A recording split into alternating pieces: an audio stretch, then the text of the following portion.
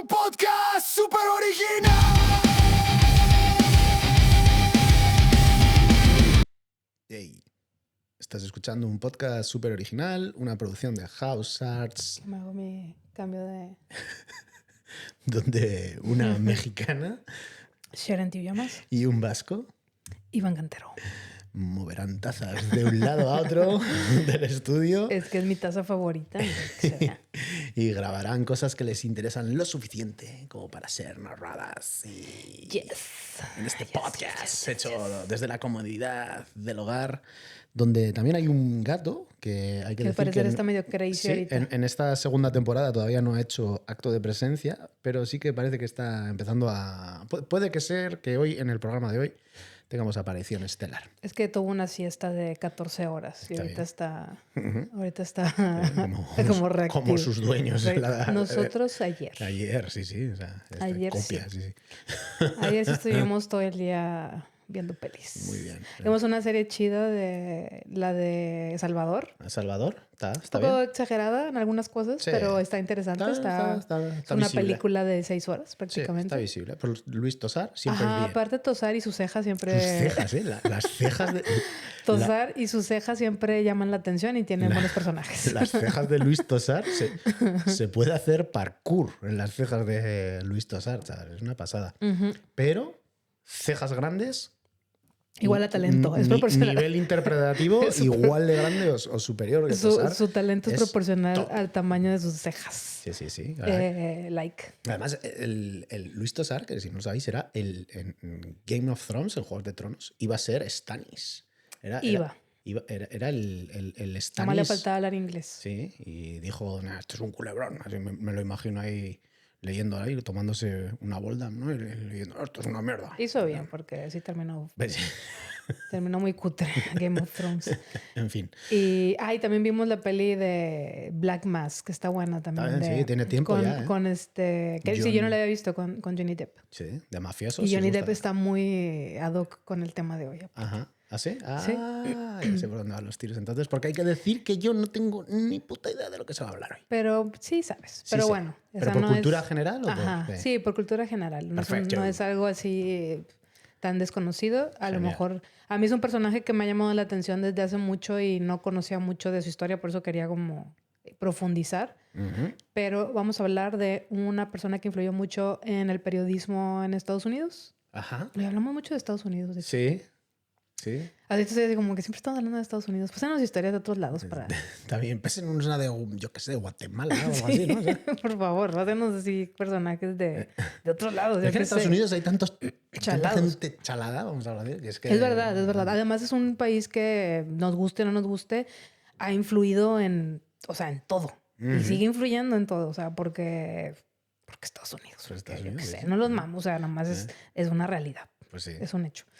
Y ese señor nació en el año 37 en Louisville, Kentucky, y se llama Hunter Hombre. S. Thompson. Muy bien. De hecho, en el podcast lo nombramos de refilón cuando Con hablamos la de... generación Beat. Sí, si queréis... Que yo dije que en un momento quería hacer como un episodio hablando Ajá, sí, me específicamente acuerdo. de él, porque él influyó mucho más. O sea, la generación Beat fue como muchos poetas, ¿no? Que estuvieron como teniendo, y tuvieron una influencia como grupal. Hubo un par de ellos que sobresalieron más, pero realmente fue algo generacional, una cosa así. Pero este señor, Hunter S. Thompson, sí tuvo mucha influencia en el periodismo y la sigue teniendo y creó todo un género de escritura, de literatura que ha sido, que ahorita yo puedo decir que es la forma normal de escribir de la gente. Que en su momento fue muy disruptivo, pero ya... Y también un buen personaje. Un personaje... Un personaje que personaje evidentemente por eso de está cuidado. aquí. Sí. Ok, Exacto. perfecto. Eso es lo interesante. Ajá. Entonces, este escritor fue representado por Johnny Depp en esta peli de los 90s que se llamaba Fear and Loathing en Las Vegas. ¿Aquí cómo le llaman? Miedo y asco en Las Vegas. Miedo y asco en Las Vegas o Fear and Loathing en Las Vegas. Entonces, antes de que fuera este personaje que conocemos como excéntrico, con estas gafas amarillas, calvo, ¿no? Con el cigarro en pipa, Ajá, ¿no? con Sí. un cigarrazo así que lo traía todo el tiempo. Pues bueno, previo a eso, en el 37, cuando nació él, pues empezó con una infancia complicada. Su padre murió cuando él tenía 14 años y si no me equivoco creo que murió en un accidente. Igual me estoy equivocando, pero no, o sea, no murió en unas condiciones así como naturales. No. Y a raíz de la muerte de su padre... Me río. No, sí. No, pero es que me río porque es que en este podcast las infancias jodidas también son como... Es como bastante como común, el denominador común muchas veces, ¿eh? Sí. Además, pues está cabrón perder a tu papá a los 14 años. No, es como una edad muy, pues muy jodido, que te marca Estás mucho, ahí siendo adolescente a todo lo que da la mecha. ¿eh? Ajá, sí. Yo cuando tenía 13 años falleció mi abuelo y me acuerdo que fue algo que me marcó mucho. Su madre, a raíz de la muerte de su papá, así como inesperada, pues se volvió... Hombre, güero. Hombre. Ya llegó aquí a hacer presencia. La aparición. Bueno, mientras no haga desmadre. Sí. Entonces, su madre se volvió alcohólica a raíz de que pues, el padre falleció. Y a partir de ahí, pues su infancia fue bastante inestable, ¿no? Porque empezó a tener como muchos problemas con la autoridad. Tuvo una infancia complicada y eso fue como haciendo su carácter rebelde, inconformista.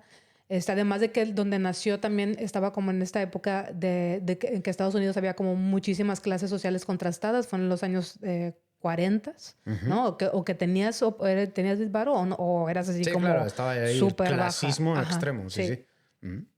Y mientras tanto, Güero está aquí observándote, ¿eh? Ahí, sí, se ha puesto en primera línea, yo creo que ocupando... No, entra en plano bien, ¿eh? Está bien. Un gato siempre llama la atención en el vídeo. Sí. Bueno, entonces fue en esta época, ¿no? Donde las clases sociales estaban muy contrastadas y a esto, pues, súmale que pues, tuvo una infancia compleja y que su madre, pues, tenía problemas de alcohol. Okay. Cuando empecé en un instituto donde era parte de un club literario, porque tuvo interés por la literatura desde muy chiquito. Y empezó a escribir en la adolescencia. Desde que estaba adolescente ya escribía ficción y le obsesionaba mucho leer, ¿no? O sea, se refugiaba mucho en los libros. Entonces leía a Hemingway, a Faulkner, Fitzgerald. O sea, también la gente que leía, pues era gente que venía con contenido rudo también, ¿no? Sí. O sea, lo que hace entender un poco luego... Lo que él consumía. Sí, exacto. Ajá. Sí. Y empieza a tener problemas disciplinarios desde que está adolescente en la escuela. En el 56, con un grupo de amigos, lo meten a la cárcel porque roban un coche. Ay, qué bueno. Entonces lo meten, o sea, él y me imagino que a sus compas también. Es que está cabrón el güero ahorita. Está aquí. Yo creo que nunca había hecho una intervención así tan directa, notoria, ¿no? Tan notoria. Sí. Si le bajamos, ¿nos montará el numerito? Bueno, vamos a intentarlo, porque si no nos va a despistar. Saluda al personal. Mira, se me va a revelar porque... ¡Ay! Seguimos. Ok, entonces lo meten a la cárcel por hacer este robo con sus colegas y él, para que no le extiendan la condena, se une a la Fuerza Aérea. Joder, lo mejor que hay, ¿no? Lo que hace también toda la gente que está en bronca, ¿no? Así como, ay, me voy al ejército y ahí se vuelven más patanes que nunca. ¿Esto en qué año más o menos? Esto en el 56. Uy, con la guerra, Él está adolescente. La guerra de Corea por ahí bailando, sí, ¿no? Porque nació en el 37, o sea, tiene menos de 20 años. Ajá. Tiene 18 Sí, es súper jovencito. Y bueno, se mete a la Fuerza Aérea precisamente para evitar que lo dejen más tiempo en la cárcel. En la Fuerza Aérea empieza oficialmente a hacer notas deportivas, o sea, sigue escribiendo. Y ahí aprende pues a cómo cumplir tiempos de entrega, a tener una mejor redacción, o sea, como que... Disciplina militar, sí. Empieza a escribir como más constantemente y aprende cosas dentro de la Fuerza Aérea de redacción. Y luego lo dan de baja por insubordinado. O sea, no aguantó mucho. Y esa conducta de insubordinación y de retar a la autoridad, pues lo acompaña pues, el resto de su vida. De su existencia. Ajá. Entonces, podemos decir de esta primera etapa de su vida, de su juventud, que pues creció en un entorno complicado, sin una figura paterna y pues con una madre con problemas de adicción. Y pues que él empieza a tener problemas con la autoridad desde ese momento, ¿no? O sea, cuando estaba chavito. Y una buena expulsión del ejército siempre sienta bien aquí en Nupso. Sí. Yes. Entonces, bueno, lo echan del ejército, empieza a trabajar en periódicos, porque yo no sé cómo en ese tiempo era... O sea, a mí siempre me vuela la cabeza eso, o sea, de cómo es de... lo echaron al ejército, pero luego consiguió un puesto en un periódico en Nueva York, así sin más. Es que estamos hablando de otros tiempos, que yo creo que en aquella época tú no eras periodista, pero tenías buena pluma, ibas a un sitio y tal, y ya. Y te contrataban de aprendiz, igual terminabas de gerente del periódico. Es lo que platicaba en su momento cuando... sentía más admiración por Neil Gaiman, que el vato mentía sobre los puestos que tenía de trabajo y que el vato dice mentía. O sea, decía que había tenido un puesto en una revista tal y no sé qué. Y si no había forma realmente de comprobarlo, simplemente decías, pues te ponías un currículum acá bien chingón y la gente pues no tenía realmente mucha forma de checar si era verdad. Motherfucker este de Epstein, que está ahora ahí en todos lados, que Se mintió a todo el mundo. mintió a todo el mundo y estaba dando clases en universidades, en asignaturas que eran para grados altos y no tenía ni el título el cabrón. O sea, es algo que ya no puedes hacer. Sí, y, que ni en de y que en esta época te habría oportunidades de echar mentiras, ¿no? O creértela simplemente, ¿no? Y ya está. Entonces, este güey se puso a trabajar en el periódico en Nueva York y Puerto Rico. Fue despedido porque tenía problemas con los editores, porque no tenía el temple para que la gente le dijera qué hacer o no aceptaba que la gente le dijera qué hacer. Okay. Entonces se peleaba constantemente y decidió irse a viajar por Latinoamérica como corresponsal freelance, ¿no? Y seguía haciendo periodismo. Entonces fue por Colombia, Brasil, el Caribe. Se lo pasó mal, ¿no? Imagínate, en esa época, aparte, mira, en Colombia había agarrado algunas de sus peculiaridades de gustos viciosos. Y lo que hacía era hacer observaciones, o sea, hacía notas periodísticas políticas en las que también hacía como crítica del impacto que tenía el colonialismo y cosas así, ¿no? Y cómo o sea, el gran contraste que había entre Estados Unidos y el resto de América y cómo Estados Unidos había influido y influye actualmente para que Latinoamérica no progrese. O sea, no voy a culpar de todo Estados Unidos, aparte, pero es un hecho que en esa época era cuando Estados Unidos te colocaba un dictadorcito, ¿no? Y que ahora los quita, ¿no? En ese tiempo te los colocaba y ahora te los quita. Ahora te los quita y te los vuelve a poner. Y luego te lo vuelve a poner. Y te pone el que quiere. Y luego me voy donde haya petróleo, por lo que sea, y venga, metemos un talibán aquí, que en Rambo 3 los buenos eran los talibanes. En Estados Unidos siempre han influido muchísimo. Ellos tienen a Latinoamérica en un yugo y siempre ha estado así. Sí, con Latinoamérica es una pasada. Bueno, entonces ese señor se fue a viajar por algunos de estos países latinoamericanos.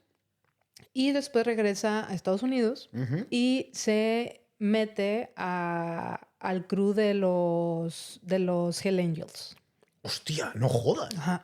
Hunter S. Thompson fue de los Hell Angels. Sí. En el 66, ya cuando está en Estados Unidos. Los Hell Angels, para la gente de aquí de España igual, ¿no? Los Ángeles del Infierno, uno de los club moteros más famosos y peligrosos a día de hoy del planeta Tierra, porque es una banda que funciona a nivel global. Y que siguen ahí. Y siguen o sea, y tienen unos códigos así como súper estrictos y son maleantes.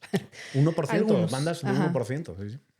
Entonces, este señor, por hacer periodismo, ¿no? Y por entender cómo funcionaban desde dentro, se infiltra en los Hell Angels para hacer un libro. Okay. Entonces, en el 66 publica un libro que se llama Hell Angels, que se llama The Strange and Terrible Saga of the Outlaw Motorcycle Gang.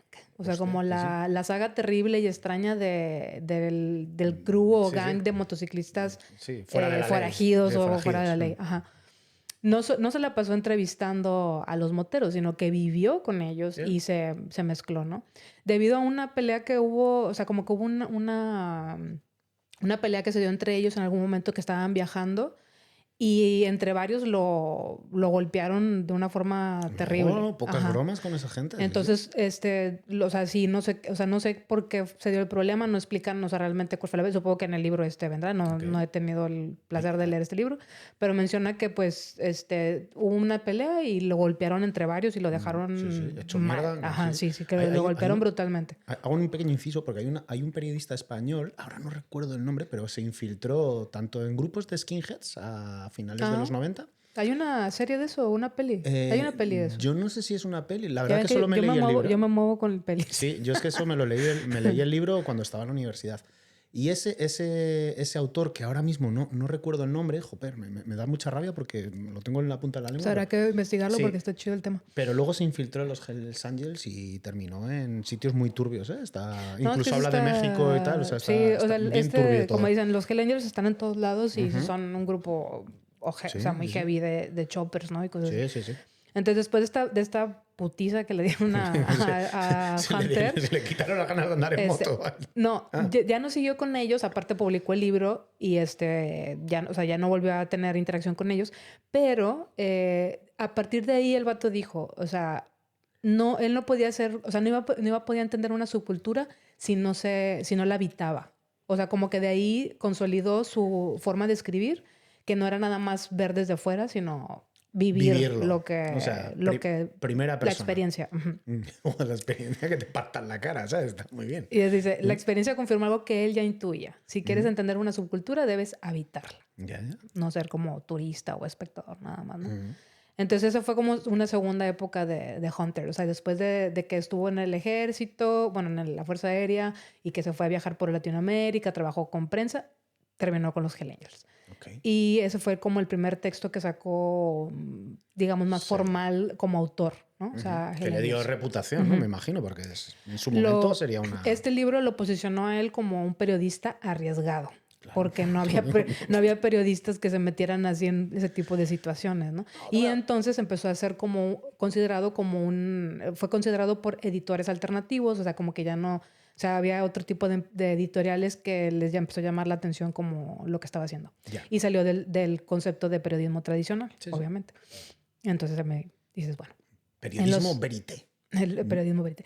En los años 70, bueno, más bien más tirando a los finales de los años 60, en Estados Unidos, que estaban atravesando por la guerra de Vietnam, y que ya estaba haciendo como, o sea, ya había pasado de modelo del idealismo hippie, porque pues ya no cojaba mucho, o sea, ya estaba así como valiendo verga todo. Olía más a napalm que a Flower. O sea, ya no tenía sentido que estuvieras con Flower Power cuando estaban haciendo un cagadero en Vietnam. Y también hay un descontento social muy grande hacia el poder político, ¿no? Entonces, en los 70s, hace su segunda publicación que se llama The Kentucky Derby is Decadent and Depraved. Derby de Kentucky es decadente y... Pero el Kentucky Derby se refiere como a las carreras, ¿no? No sé si se refiere como a las carreras de coches y ese tipo de cosas. Que él se especializaba en hacer cosas de deportes.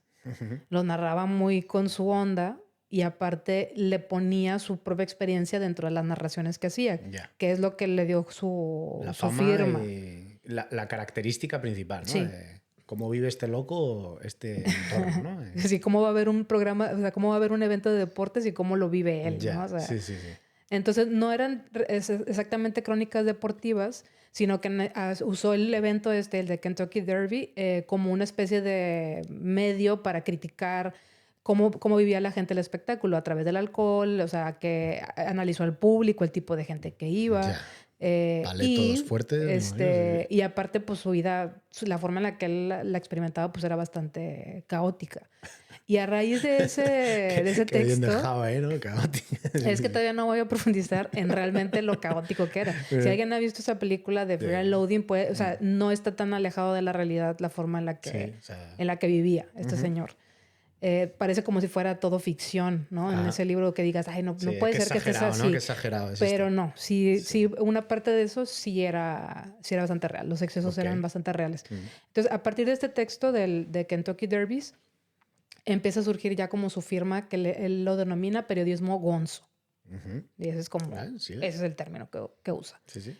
Narrado en primera persona, sin disculparse para nada de la opinión, ya sea buena o mala, que tenía, ¿no? O sea, él es el protagonista como periodista. Y su pensamiento subjetivo, o sea, completamente. O sea, es mi punto de vista, no es nada parcial. Sí. Y luego empieza a mezclar sátira política con sus paranoias de drogadicto, sus cosas, las percepciones que él tenía. Entonces ya era como un poco ficción con la realidad lo que empieza a hacer. Y después en el 71 publica su libro The Fear and Loathing in Las Vegas. Que efectivamente... Su obra magna. Que es su obra magna con la que se conoce, o pues sí, la más famosa. A día de hoy. En el 71. Y sí, realmente se va a hacer un viaje en el desierto con su abogado. Que en la peli está... es la trama de la película. Sí, que en la peli está interpretado por Vinicio del Toro y el señor Johnny Depp. El abogado realmente se llama Oscar Z. Acosta. Y pues se van los dos juntos por la autopista y terminan haciendo un road trip pues hacia Las Vegas. Cargado de drogas. Cargado de drogas. Y todo esto pues lo van documentando en ese texto, que al final creo que iba a ser también una redacción sobre un evento deportivo que iba a haber en Las Vegas. En la película sale, ¿no? Que es una carrera, ¿no? Sí, también de coches. Sí. En el desierto. Que es lo último que hacía, porque... De poner un pañuelo ahí en el polvo. Nada más iba, tomaba fotos y luego se iba, o sea, no hacían nada en realidad. Realmente era más como su trip, ¿no? rollo, El que ¿no? estaba Sí. haciendo. Luego sacó en el 73 otro libro que también se llama Fear and Loathing, pero On the Campaign Trail del 72, y hacía una cobertura política sobre Richard Nixon. Ajá. Uy, Y menudo pájaro. Que dicen que este texto que hizo, o sea, influyó muchísimo, o sea, redefinió muchísimo el periodismo en cuanto a política o a un tema electoral. Y después se hizo un periodista que trabajó frecuentemente en la revista Rolling Stone. Ajá. Que Rolling Stone dijo, o sea, este güey para acá, ¿no? O sea, como que le dieron ahí casa y pues trabajó mucho tiempo ahí. Pensé que ibas a decir, le dieron drogas. También, supongo. Sí, esa fue su principal plataforma. Esto es en los 70, no sé hasta qué momento haya durado. Pero les gustaba que pues tenía una voz súper directa, estaba encabronado con la vida, o sea, completamente, o sea, como mucha furia en su forma de escribir, y pues que todo esto lo transmitía muy bien a través de su, el término que les decía, gonzo. El gonzo. Sí, de hecho, el periodismo gonzo, yo creo que a día de hoy todavía hay gente que se estila haciéndolo. Sí, seguro. Sí. Yo creo que es lo más común ahorita, es lo que te decía, o sea, como que ya si tú ves cualquier... portal de noticias alternativo como Vice o cosas así, todo es en primera persona. Ya es no, pues fui a la comunidad no sé dónde a comer ayahuasca. Y, o sea, sí. O sea, ya todo es como en primera persona. Ajá. Ya no. Sí. Ya como que el periodismo tradicional da mucha hueva. Ha cambiado, sí. Entonces, bueno, popularizó internacionalmente el término de su tipo de periodismo, el gonzo. Empezó a tener conflictos abiertos con figuras políticas, conservadoras, porque pues iba en la contra, ¿no? Totalmente. Claro. Y eso sí que sería nuevo. Sí, exactamente. ¿no? Porque hasta ese momento era todo como muy ultra formal, ¿no? Todos eran muy formales. Es lo mismo contra lo que luchaba la generación Beat. Ajá. Que estaban cansados de que todo era como una estructura muy definida, ¿no? Y que podría haber crítica, pero no era una crítica súper dura y mordaz, ¿no? Como podría tener este tío que, vamos... Ese fue muy agresivo en su forma de escribir. Con lo que estás diciendo me lo creo. Sí, entonces empezó también a consolidar como una ruptura cultural y la gente lo empezó a reconocer por eso, ¿no? O sea, que hacía unas crónicas bastante fuertes y la gente lo empezó a identificar. Ajá. Y ya empezó a separarse de todo el periodismo tradicional. Luego llega así como un momento en el que empieza a publicar muchos libros, no son tan conocidos, pero tiene así como The Curse of Lono, Songs of Doom, o sea, como puros temas así que es como muy generación beat, ¿no? Sí. Better Than Sex, The Proud Highway y Kingdom of Fear. Que no sé por qué me llaman la atención todos los putos temas estos. Pero no hay película de ellos. No hay que leer. Es que no es lo mismo echártelo en 2 horas que tener que estar ahí. Pero leer es maravilloso, es un hábito que hay que recomendar. Sí. Pues leo para los episodios, ya creo que ya sé. Sí, luego no pierdas el Kindle, que yo que soy subnormal. Te tengo que regalar uno. Por favor. Sí. Bueno, ese señor entre los 80s, 83, 90, 97, hasta los 2000, está publicando así casi cada 3, 4 años así un libro. Sigue buscando conectar con esta forma narrativa que tiene de ¿cómo se llama? De experimentarlo él, ¿no? Porque ese es como su sello. Sí, de vivirlo en primera persona y beberlo también. Y aparte la gente que lo conocía y que en su momento lo entrevista, porque creo que hay un par de biografías autorizadas de él, de Hunter. Ajá, que él permitió sí que vivía con la persona, que los dejaba que viviera su proceso creativo y demás. Y dicen que el vato era súper obsesivo, o sea, pero muy, muy obsesivo para escribir. Ajá, que se la pasaba toda la madrugada escribiendo. Y luego cuando despertaba, corregía. O sea, que le daba correcciones no sé cuántas veces a sus textos. A pesar de que sean caóticos. Y que parece como, esto está hecho aquí a lo loco, ¿no? Pero realmente había una forma. Tenía mucho oficio. En que el vato era muy obsesivo con su forma de escribir. Y ahí sí lo puede diferenciar mucho de la generación Beat. Porque la generación Beat sí escribía esto lo escribo aquí en una servilleta y ya está. Ajá, y no. Entonces estuvo colaborando con la revista Rolling Stones durante 30 años. Está bien.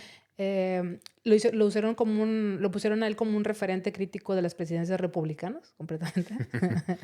y bueno, y siguió haciendo como diferentes obras literarias. En el año 1900, ya estamos por acá por los 2000. En una de las entrevistas que le hicieron, él tenía una granja que se llamaba The Owl Farm en Woody Creek. Ajá, sí. The Owl Farm en Woody Creek, en Colorado. ¿Sabes? Ahí dejó que fuera una entrevistadora que se llamaba, decía el nombre de la Jean Carroll. Ella fue una de las que hizo una de sus biografías. Esta mujer fue a su casa en este rancho para conocer como su forma de trabajar. Y hay una rutina que pues no se sabe si el vato se la dictó, si ella la vio, no se sabe, pero se hizo viral. Parte de ella puede ser que sea una exageración, pero algo de verdad tiene que haber de ello. Me temo que no es que se levantaba a las 5 para hacer unos burpees ahí. El vato tenía noches interminables, alcohol todo el tiempo. Siempre estaba escribiendo en las madrugadas, o sea, como que no tenía el hábito de tener una rutina normal. Y hacen toda una... Dice que se respetaba alrededor de las 3 de la tarde, cuando empezaba su día. Está bien. Y empezaba con whisky, cigarros y cocaína. Ah, muy bien. Para desayunar. El desayuno de los campeones, sí. Viene todos los nutrientes. Pues su día empezaba con whisky, cigarrillos y cocaína. Y después en la tarde unas buenas comidas, dice así, pero pesadas, ¿no? Así de comida pesada, mala comida aparte. Claro, me lo imagino comiendo carne ahí, asqueroso. ¿Sabes? Música alta, que dice, yo no sé qué tipo de música escuchaba. Yo, o sea, no sé qué tipo de ruido le gustaba. Me da mucha curiosidad de eso. Pues yo creo que este tío sería de los que escuchaba Creedence, ¿no? Como música así, rockcito ácido. Tiene toda la pinta, ¿no? Sí. Y escrituras nocturnas. Ese era su territorio así creativo siempre era como a las horas de la madrugada. Y en la rutina... Que la escritura nocturna no estaba pues un poquito de cocaína. Claro. ¿no? O sea, que menos. No vaya a ser que me entre el bajón de las 4 de la mañana, ¿sabes? Ras. Y luego, la rutina atribuida a Thompson, que se difundió y se replicó y que mucha gente dice que pues, igual... Es exagerada, pero se la duele. Despertaba a las 3 de la tarde, ¿vale? A las 3:15, un Chivas Regal, con la mañana, con un poquito de downhill y cocaína. Bueno, ¿vale? Así, para empezar, para arrancar. Arrancando ahí. Luego a las 3:50, otro vasito de Chivas, downhill. A las 4 ya para bajarle una tacita de café, ¿no? Con downhill otra vez. 4:15, un poquito más de cocaína, ¿por qué no? Claro. A las 4:16, para no pasarse a ver, juguito de naranja. Claro, primero abría las vías, ¿no? Y luego ya... 4:16, juguito de naranja, con piquete. ¿no? Claro. Luego, 4:30, cocaína. 4:50, cocaína. 5 de la tarde, cocaína. Y se aventaba un ratito ahí. Dándole. Que iba disminuyendo la temporalización, ¿no? Claro. Primero cada 20 minutos, luego... Luego otro cafecito, ya para las 5:30, mira, otro whisky. Vean. A las 6 de la tarde, una tiradita así en el césped para tomar el sol. Para conectar con la Pachamama, con ¿no? la Pachamama, descalcito, ¿no? Así para sentir las plantitas. Para que me suba todo bien, para que vaya viendo, ¿no? Como... Pero mira, hasta ahí el vato nada más ha estado pisteando y metiéndose coca. Porque la coca te quita el hambre. Entonces también me imagino que dirá, no, pues al rato, ¿no? Y sin meterse con nadie. A las 7 de la tarde apenas, o sea, ya tenía despierto 4 horas, ya decía, bueno, ya comidita. Ahora me ha entrado, ¿no? Entonces se iba a una taberna, y se echaba... se iba a una taberna para las 7 de la tarde y se echaba un buen almuerzo con unas Heineken, unas margaritas, una ensalada de col, unos taquitos, aros de cebolla, pastel de zanahoria, helado. Todo, ¿no? Todo. Lo que pille.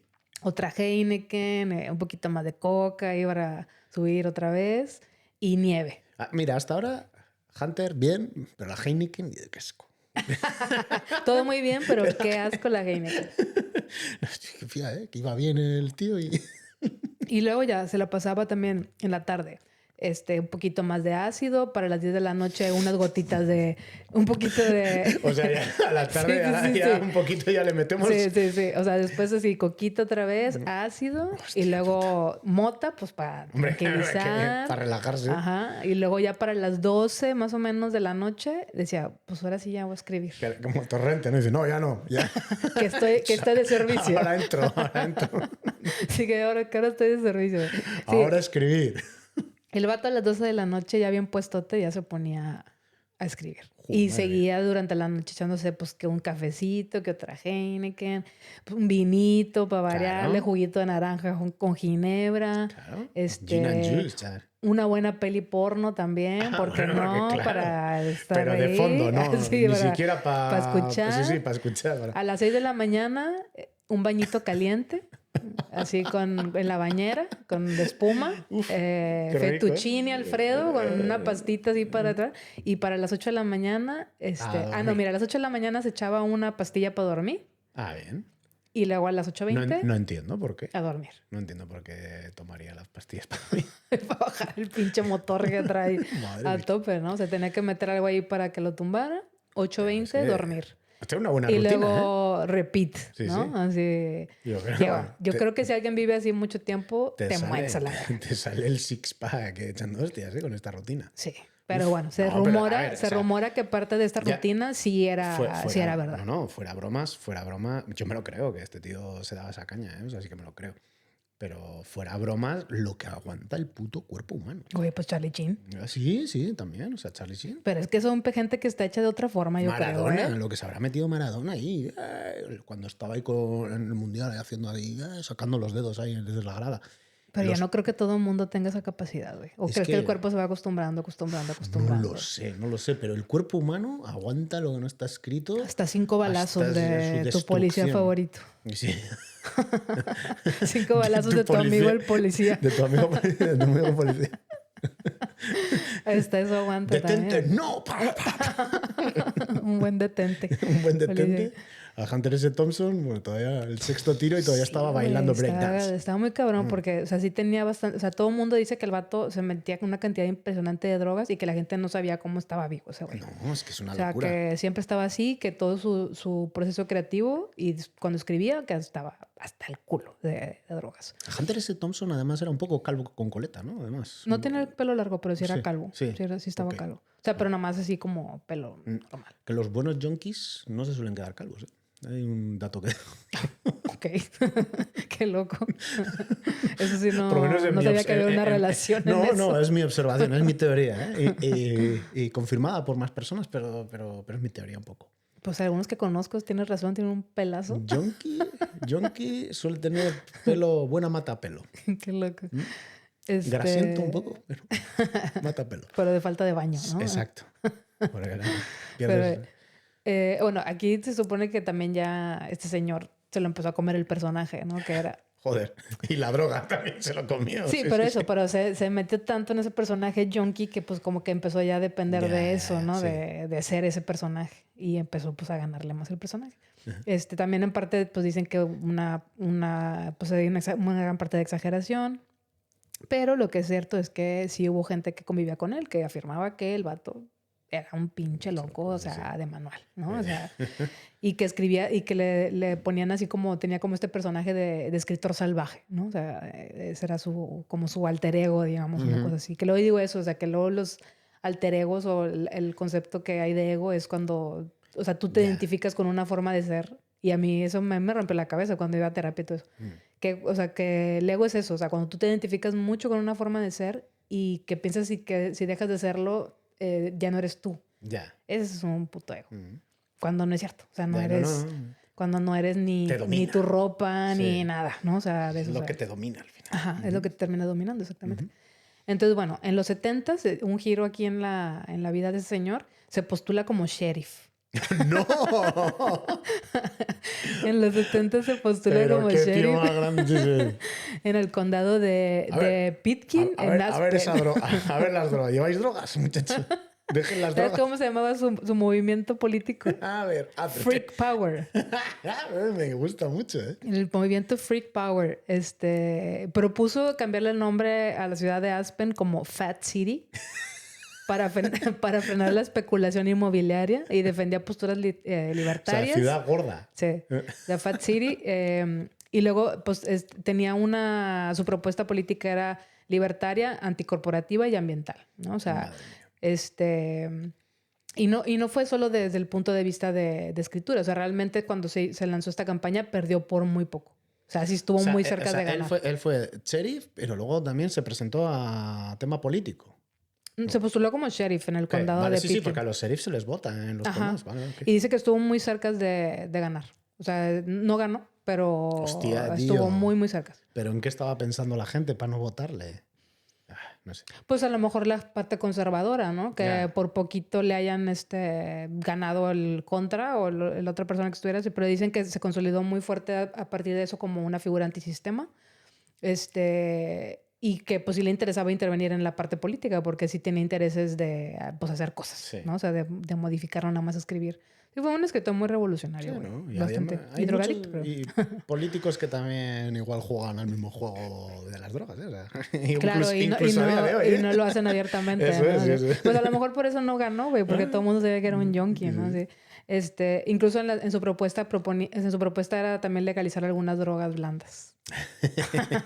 Claro. Como la cocaína, por ejemplo. Muy blanda, que es blandísima. Es blandísima, la puede moldear usted así con la yema de los dedos. Que es muy blanda. La puedes hacer líneas incluso. Muy moldeable. Después, bueno, se hizo famoso, no era o sea, era conocido en Estados Unidos, pero se hizo más famoso su personaje a raíz de la película que hizo Terry Gilliam, que es la de Fear and Loathing en Las Vegas, en el 98.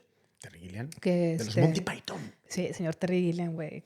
Me encanta. O sea, de hecho, casi todas las películas que ha hecho ese señor me encantan. Me encanta.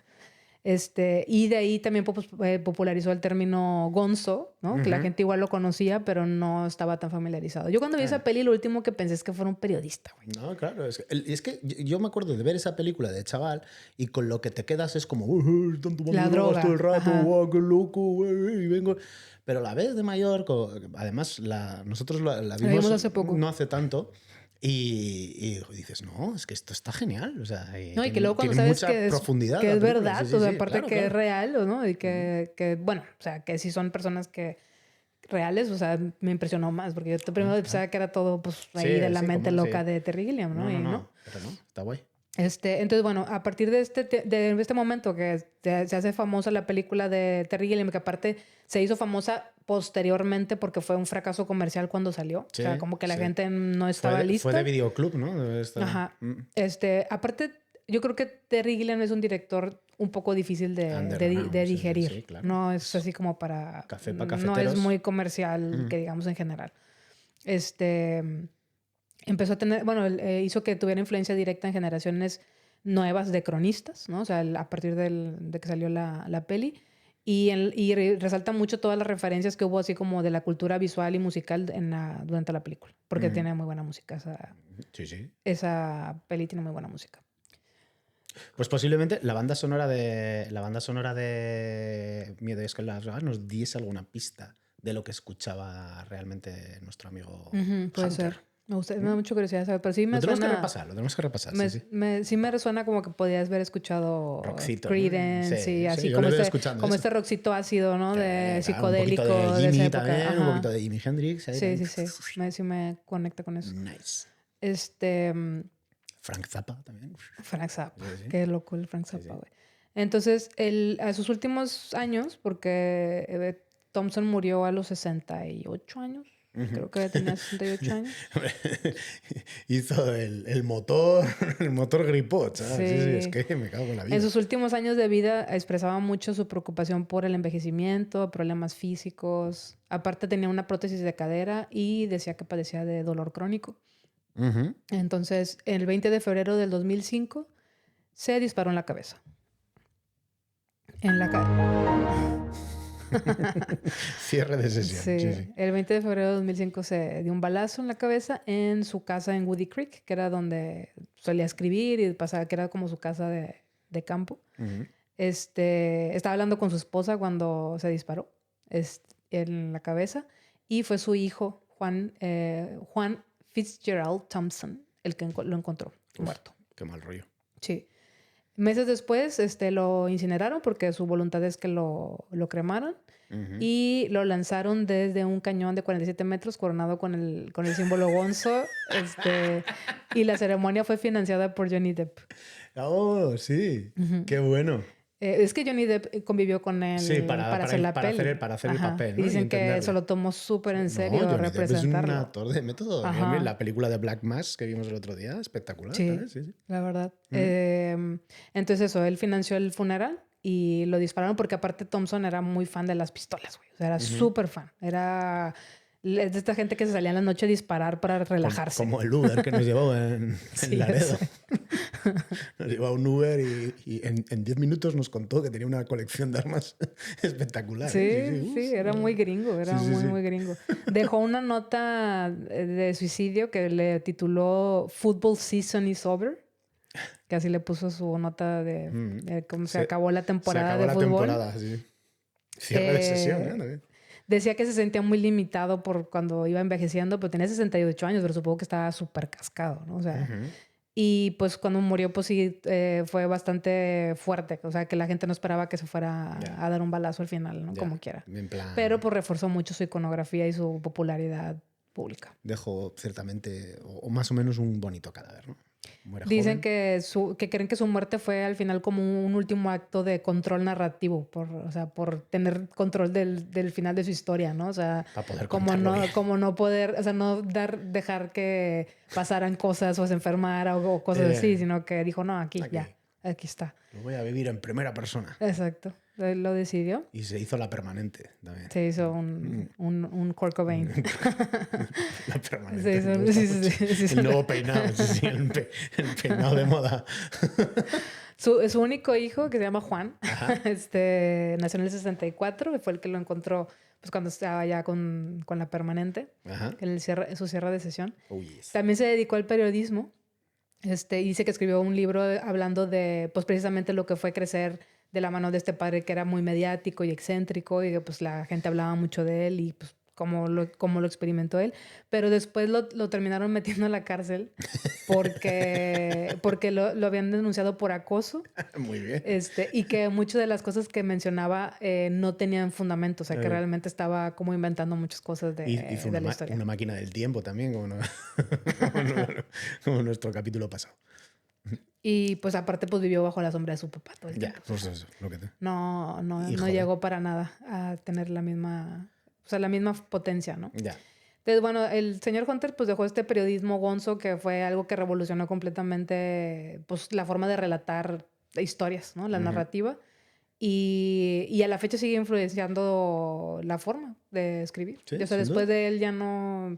Yo ahorita, eso me da curiosidad ahorita, o sea, como él fue muy, rompió, ¿no? Con el periodismo tradicional, pero ya ahora es como, ahorita que, pues o sea, ¿ahora qué haces para que sea claro, ya algo disruptivo? Pues bueno, pues eso es, tiene que aparecer alguien que haga algo disruptivo, ¿no? En eso... Ahora mismo estamos también como en un mundo que está sería disruptivo? atascado, es que hay tanto, ¿no? Sí, hay tantas cosas ya. Atascado, ¿no? Un poco.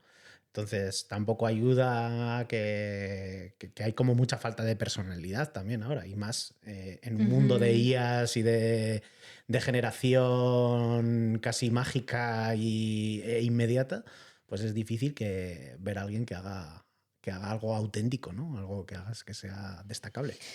Es difícil hacer algo destacable. También, porque ya está todo, como decíamos, ya está, mucho está ya inventado. Sí. Hay que ser original. Por ejemplo, hacer un podcast. Como un podcast. En 2026. Hablando de las cosas que ha hablado mucha gente. Que otros han hablado ya. Sí, eso es. Con ChatGPT. Con ChatGPT, haciendo un poco de movidas y de diálogo, pero bueno, sin más. Es lo que hay. Y luego también, pues un poco en personas en las que ha influido realmente así ese estilo de periodismo. Está ligado mucho... a mí también me gusta Chuck Palahniuk. Que Chuck Palahniuk es el que escribió el Club de la Pelea. que también está como muy, muy, muy influenciado por el Gonzo. Ese libro que le dejaste a tu primo 3 años se lo dejé y que no ha podido leerlo y se lo has reclamado en un acto de...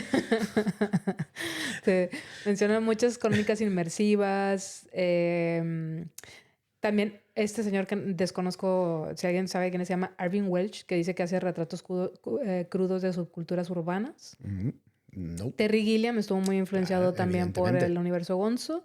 Y un documentalista que sí lo conozco, Michael Moore. Hombre, claro. Que también, for Columbine, sí, que también hizo como mucha crítica y también se involucró mucho a la hora de hacer los documentales. Un documental que me impresionó mucho cuando... ¿Qué será de ese señor, No sé, ya hace mucho que no saca nada.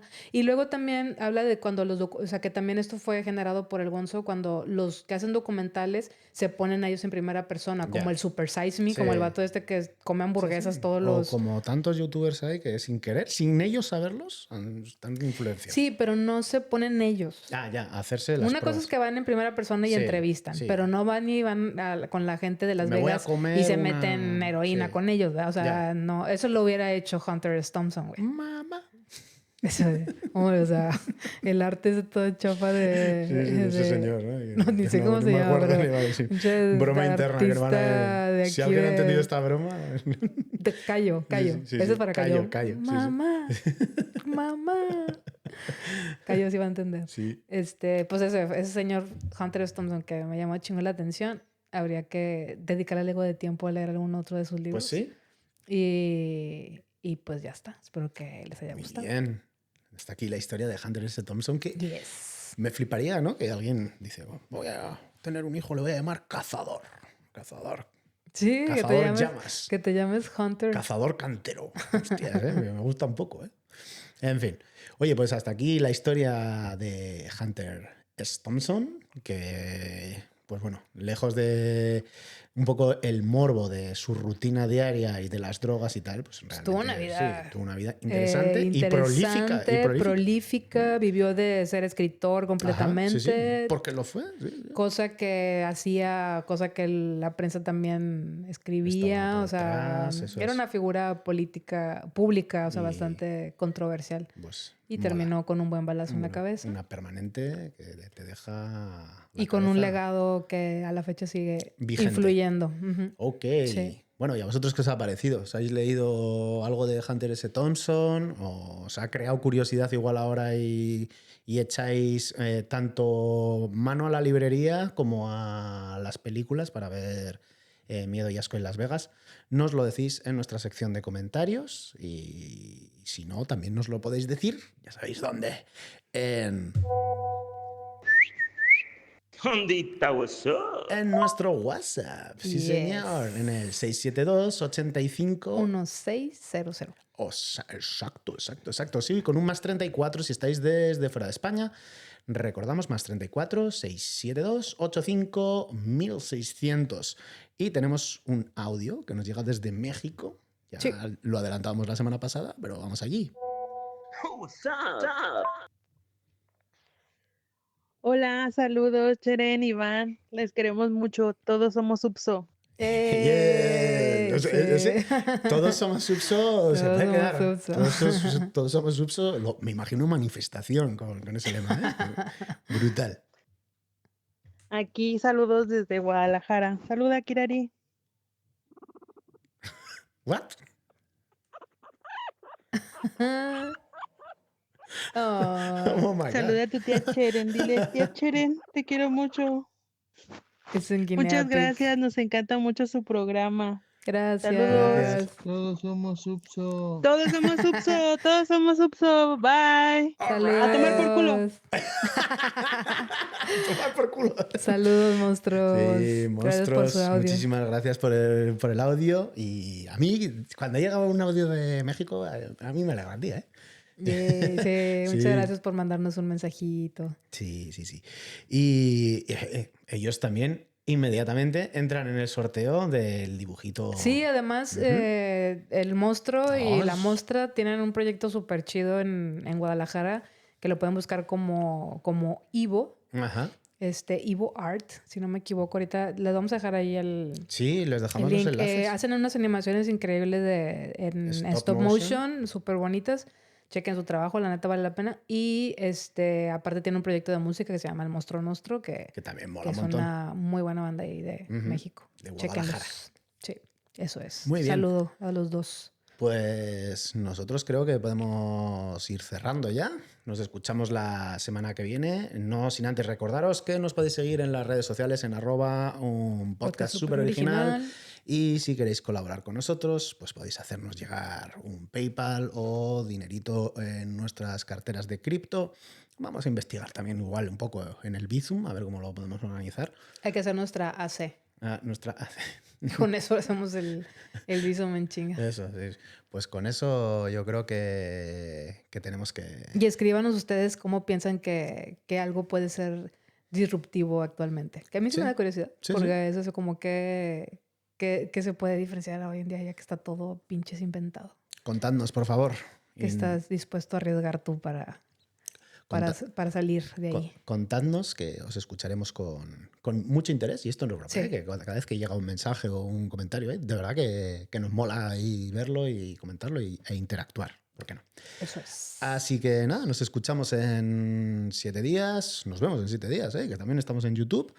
Y nos vemos, nos quedamos con los Mezcaldunes, ¿no? Tienen ahí una canción... ¡Ay, mira! Ya me... Uno ha hecho la rutina, ¿eh? Bueno, mira. Puestitos de ácido. Mira cómo mueve la boca el cantante. Qué tic le ha entrado. Está agarrando los malos hábitos de Thompson. Mira cómo hace así con la nariz, pájaro. Ay. Esos dientes todos postizos. Hasta la semana que viene. Chao. Agur.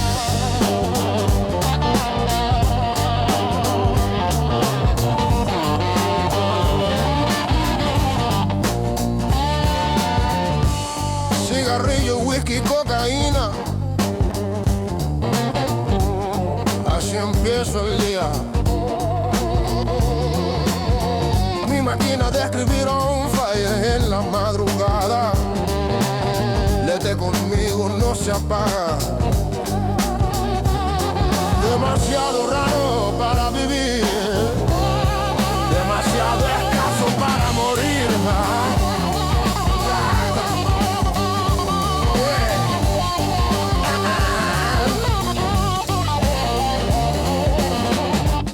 Letras salvajes es mi realidad. Con mi Smith & Wesson calibre 40. Disparando palabras, no le tengo miedo a nada. Fui inmortal hasta que yo puse el punto final. Un cañón lanzó mis cenizas al cielo.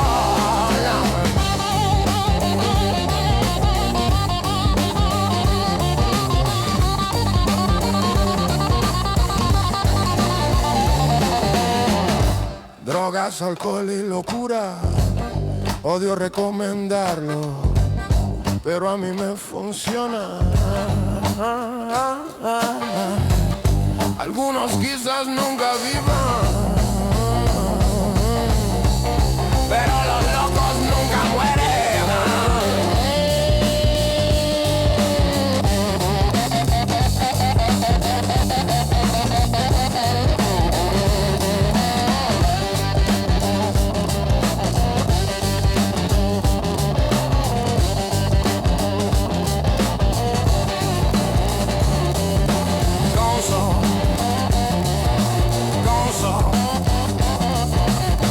goza,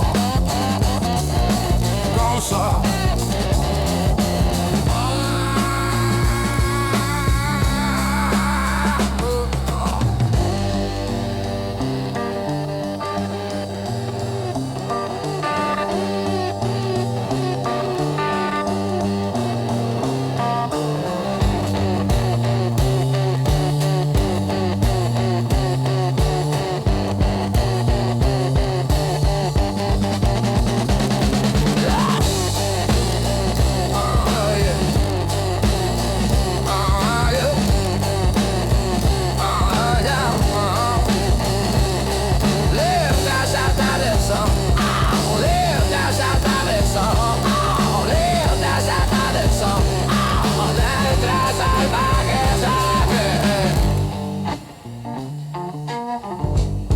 Escribiendo hasta el final.